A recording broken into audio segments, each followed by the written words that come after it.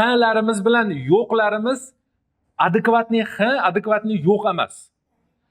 Hammasi yo kayfiyatimizga bog'liq, yo xohishimizga, yo qo'rquvimizga bog'liq.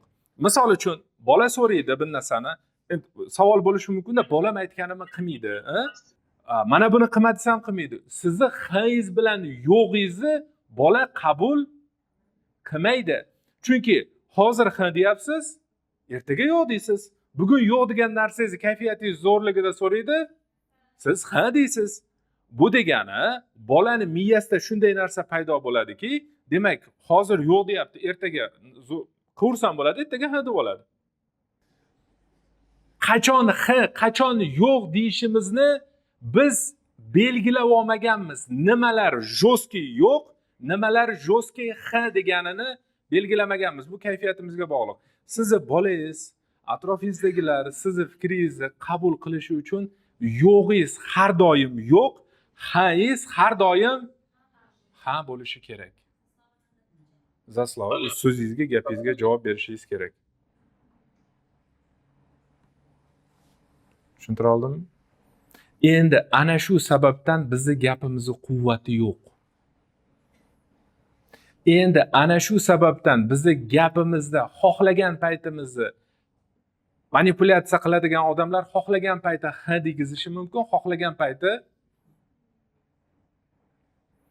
qaranglar, manipulyatsiya, aqlni ishlashi, hammasi qanchalik bir-biriga va buni bola tarbiyasiga bog'liqligini qaranglar.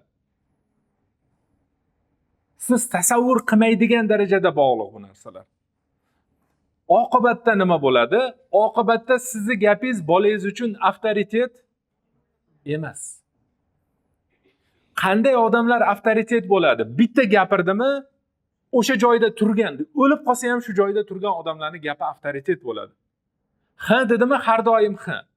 Jahli chiqsa ham, xursand bo'lsa ham, norozi bo'lsa ham, yo'q dedimi, har doim yo'q.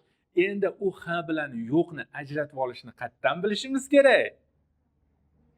Bu mana bu qo'rquvingiz, xohishingizga qarab bo'lmaydi. Bu mana bu aqlni ishlatish bilan bo'ladi. Boya tushuntirib berdim-ku ketma-ketligini. Ana undan keyin ha bilan yo'q chiqadi. Ana shundan keyin sizni gapingizni nimasi bo'ladi? Quvvati bo'ladi, vesi bo'ladi. Ana o'shandan keyin gapingiz nariga odamga yetib boradi, ta'sir qiladi. Bitta narsada ko'pchilik o'ylashi mumkin. Men gapiraman, foydali narsani gapiraman, ta'sir qilmaydi. Eshitganmisizlar shunaqa? O'zi amal qilmagan odamga ta'sir qilmaydi deydi. Chunki u kuchi yo'q uni. U hozir ham ertaga yo'q. Tushunyapsiz-a? U qattiq ichida joylashib shu bilan yashamaydi. O'shaning uchun uni gapi gap emas. Mana asosiy tochkalardan bittasi. Mana nima uchun buni tushunib olish kerak, nima uchun o'rganish kerak. Ana undan keyin sizning gapingiz avtoritet bo'ladi. Va avtoritet odamlarni ko'radigan bo'lsangiz, переговорlarda juda qisqa bo'ladi ular. Ko'p ko'rganman, ko'p gaplashganman. Kirib gaplashasiz, ha bo'ladi deydi. Bir oydan keyin kelsangiz ham o'sha bo'ladi turibdi. Yo'q bo'lib qolmagan. Bir yildan keyin kelsangiz ham ha bo'ladi.